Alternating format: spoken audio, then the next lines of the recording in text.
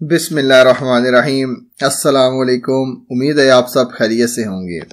दोस्तों, आज की इस वीडियो में मैं आपके साथ एक दफ़ा फिर मीज़ान बाइक फाइनेंस, जिसको अभी मीज़ान ने टोटली तौर पर चेंज कर दिया है, मीज़ान अपनी बाइक के बारे में तमाम डिटेल शेयर करने वाला हूँ। इससे पहले पिछले साल भी मैंने मीज़ान बाइक इजारा के ऊपर वीडियो बनाई थी, जिसको आप दोस्तों ने बहुत ज़्यादा पसंद किया था। लेकिन अब ये वीडियो दोबारा बनाने की एक ख़ास वजह है कि मीज़ान ने अपनी बाइक का प्रोसीजर बिल्कुल तब्दील कर दिया है। जो कि पहले बाइक इजारा था, बाइक लीजिंग था, उसको अब मीज़ान बैंक ने चेंज करके बाइक जो है वो इस्लामिक मुसव्वमा कर दिया है। ये क्या तरीक़ेकार है ये भी मैं आपको बताऊंगा। उससे पहले मैं आपको एक बात बताता चलूं कि मीज़ान बैंक जो है वो एक इस्लामिक बैंक है, क्योंकि बहुत ज़्यादा दोस्त ये सवाल करते हैं कि यार मीज़ान बैंक भी नॉर्मल बैंकों की तरह एक कन्वेंशनल बैंक है जो कि सूद पे काम करता है। लेकिन ऐसी बात नहीं है, क्योंकि मैं जब अपने MBA के प्रोग्राम के अंदर इस्लामिक बैंकिंग पढ़ रहा था, तो जिन्होंने हमें इस्लामिक बैंकिंग एंड फाइनेंस पढ़ाई थी वो मीज़ान बैंक के शरिया बोर्ड के मेंबर थे। तो इंशाल्लाह मैं अब आपके सामने एक ऑथेंटिक चीज लाऊंगा जो कि सूद से बिल्कुल पाक होगी और आप आसानी से और बगैर किसी डर के उसके अंदर इन्वेस्ट कर सकते हैं। तो पहले मीज़ान बैंक जो है वो बाइक इजारा के तौर पे काम करता था, अब उसने इसे कंप्लीटली चेंज कर दिया है और अब वो एक नया मोड ऑफ फाइनेंसिंग मुसव्वमा उसके ऊपर काम करता है। तमाम डिटेल मैं आपके साथ शेयर करूंगा, लेकिन अगर उससे पहले आपने चैनल को सब्सक्राइब नहीं किया तो सब्सक्राइब कर लें, बेल का आइकन प्रेस कर लें ताकि आने वाली हर नई वीडियो का नोटिफिकेशन आपको मिलता रहे। तो चलें वीडियो की डिटेल की तरफ चलते हैं।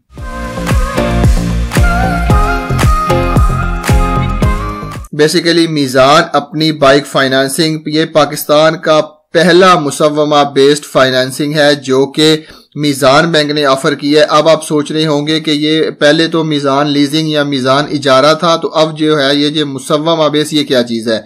इसमें जो फ़र्क है वो मैं आपको बताता चलूं कि मीज़ान जो इजारा है या मीज़ान जो लीजिंग था, उसके अंदर जो बाइक या जो कार आप परचेज करते थे उसकी ऑनरशिप बैंक के पास होती थी। आपको बैंक जो है वो सिर्फ उस बाइक को यूज करने का राइट देता था, जो कि रेंट बेस के ऊपर होता था। आप मंथली उसको रेंट पे करते थे और at the end of the project bike आपको गिफ्ट कर दी जाती थी।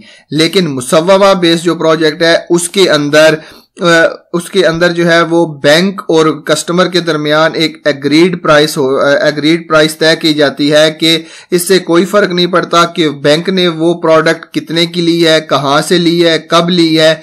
आपको अपनी रिक्वायर्ड प्रोडक्ट जब मिल जाएगी तो फिर बैंक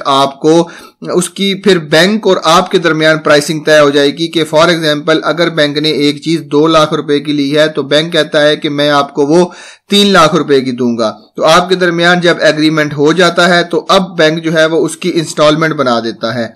इस वीडियो के एंड पे मैं आपको इंस्टॉलमेंट कैलकुलेट करना भी सिखाऊंगा कि किस तरह आप खुद जो है वो अपनी बाइक की इंस्टॉलमेंट कैलकुलेट कर सकते हैं। तो यहाँ आप देख भी सकते हैं कि मीज़ान अपनी bike offer you the chance to purchase a motor bike based on the Islamic mode of financing मुसव्वमा।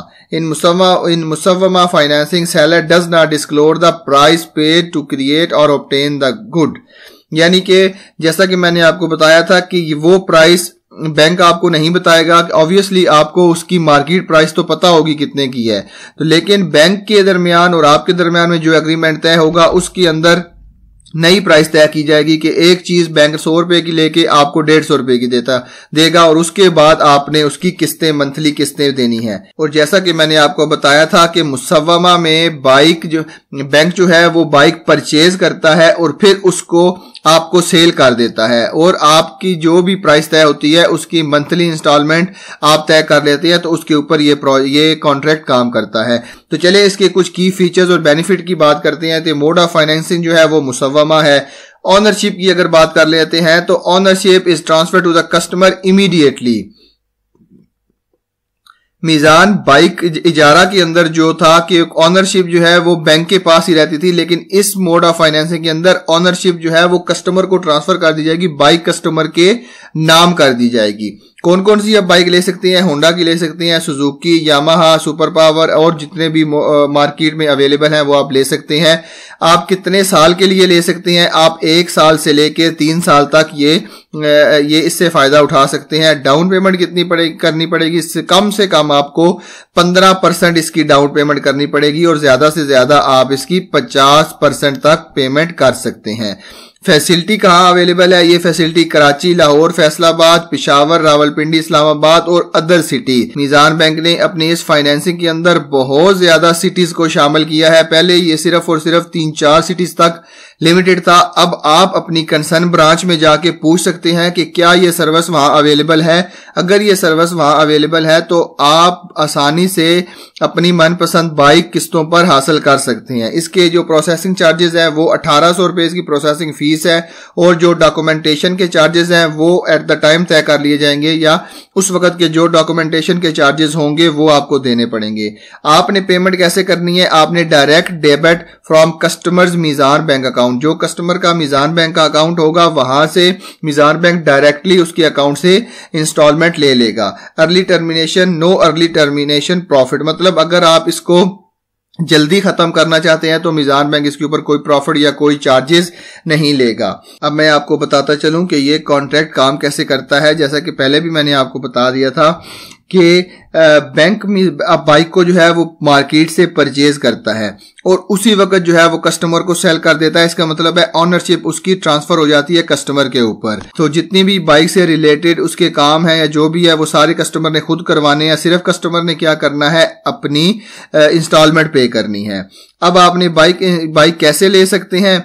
आपने अपने करीबी मीजान बैंक के अंदर जाना है और उनसे पूछना है कि अगर वहां उनके पास ये सर्विस अवेलेबल हो तो आप एक फॉर्म फिल करेंगे। उसके बाद 5 से 7 दिन के अंदर अंदर आपकी बाइक आपको हैंड ओवर कर दी जाएगी। ठीक है। उसके बाद जो डॉक्यूमेंटेशन क्या क्या रिक्वायर्ड है, ये जो जनरल डॉक्यूमेंटेशन है, अगर आप सैलरीड पर्सन है तो आपके लिए ये स्पेसिफिक रिक्वायरमेंट है और अगर आप बिजनेसमैन है या सेल्फ एम्प्लॉयड पर्सन है तो आपके लिए ये स्पेसिफिक रिक्वायरमेंट है। जो जनरल रिक्वायरमेंट है वो तो ये है कि कॉपी ऑफ सीएनआईसी की कॉपी चाहिए, एक पासपोर्ट साइज फोटोग्राफ चाहिए, उसके बाद जो है वो डिक्लेरेशन ऑफ फाइनेंसिंग चाहिए और सिग्नेचर वेरिफिकेशन फॉर्म चाहिए। ये तो हो गया, ये तो जनरल रिक्वायरमेंट है। अगर आप सैलरीड पर्सन है तो आपको certified copy of bank statement last 6 month की, 6 महीनों की आपकी बैंक की स्लिप चाहिए होगी। उसके बाद आपको पे स्लिप चाहिए होगी जो कि एम्प्लॉयर आपको प्रोवाइड करेगा और उसके बाद आपके एम्प्लॉयर का सर्टिफिकेट चाहिए होगा।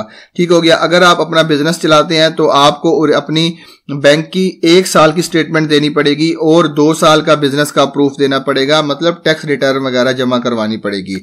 तो अब मैं आपको बताता हूं कि कौन कौन इस बाइक को अवेल कर सकता है या इस अपॉर्चुनिटी से फायदा उठा सकता है। तमाम पाकिस्तानी जो कि परमानेंट रेजिडेंट है इस मुल्क के अंदर वो इस बाइक फाइनेंस से फायदा उठा सकते हैं। एज लिमिट की बात करें तो एज लिमिट क्या है कि 20 साल से लेके 65 साल तक है और अगर आप जो है वो बिजनेसमैन है और अगर आप सैलरीड पर्सन है तो 21 साल से लेके 60 साल तक आपकी एज होगी। उसके बाद जो है वो मिनिमम इनकम जो है वो कितनी होनी चाहिए? अगर आप सैलरीड पर्सन है तो कम से कम 40,000 आपकी इनकम होनी चाहिए और अगर आप जो है वो सेल्फ एम्प्लॉयड या बिजनेसमैन है तो आपकी इनकम 75,000 होनी चाहिए। ठीक है। उसके बाद जो है वो डेट रेशियो की बात करें, आपकी जो आप डेट ले रहे हैं वो आपकी इनकम का 40% होना चाहिए। डाउन पेमेंट कितनी कर सकते हैं? 15% से लेके 50% तक कर सकते हैं। टेन्योर कितना होना चाहिए होगा? 1 साल से 3 साल तक। अगर जापानीज बाइक है तो टेन्योर 1 साल से लेके 3 साल तक होगा। अगर चाइनीज बाइक है तो 1 साल से लेके 2 साल तक होगा। पेमेंट मोड की बात करें तो direct debit from customer Meezan bank account.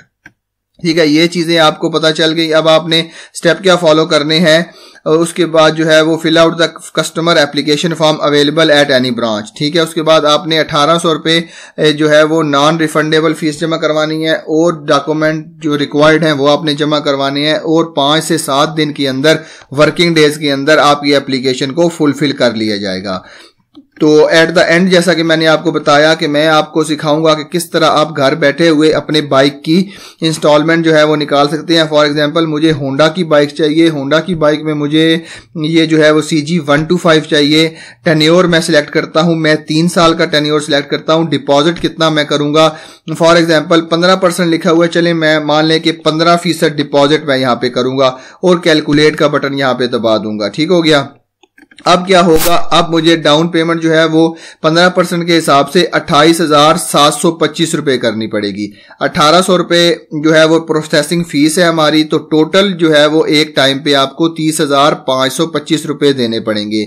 36 आपकी इंस्टॉलमेंट है। आपने क्या करना है, आपने 7,363 रुपया हर महीने बैंक को इंस्टॉलमेंट जमा करवानी पड़ेगी, जिससे आप बाइक ले सकते हैं। तो ये इकदाम मीजान बैंक की तरफ से इतना जबरदस्त है, अगर मैं कहूंगा कि अब हर बंदा अपनी बाइक ले सकता है तो यह बिल्कुल गलत ना होगा। पहले लीजिंग के अंदर, इजारा के अंदर बहुत ज्यादा कॉम्प्लिकेशंस आती थी, लेकिन इसके अंदर बैंक ने आपको बाइक खरीद कर आपके नाम कर देनी है। अगर बैंक वो 100 रुपए की खरीदता है, आपको जितने की मर्जी दे, ये आपका और बैंक का मामला है कि जहां पे आप तय कर लेते हैं, चाहे 150 की दे, 200 की दे, ये बैंक की और आपके दरमियान तय हो जाएगा। उसके बाद आपने उस अमाउंट की किस्तें करनी है, चाहे 1 साल की करें, चाहे 2 साल की करें, चाहे 3 साल की करें। जब किस्तें आप कर लेंगे तो हर महीने आपको किस्त जमा करवानी पड़ेगी, बाइक आपके नाम हो जाएगी, आपने उसकी मेंटेनेंस करवानी है, आपने उसके तमाम एक्सपेंस जो है वो आपने उसके बेयर करने हैं, बैंक ने इसके एक्सपेंसेस बेयर नहीं करने।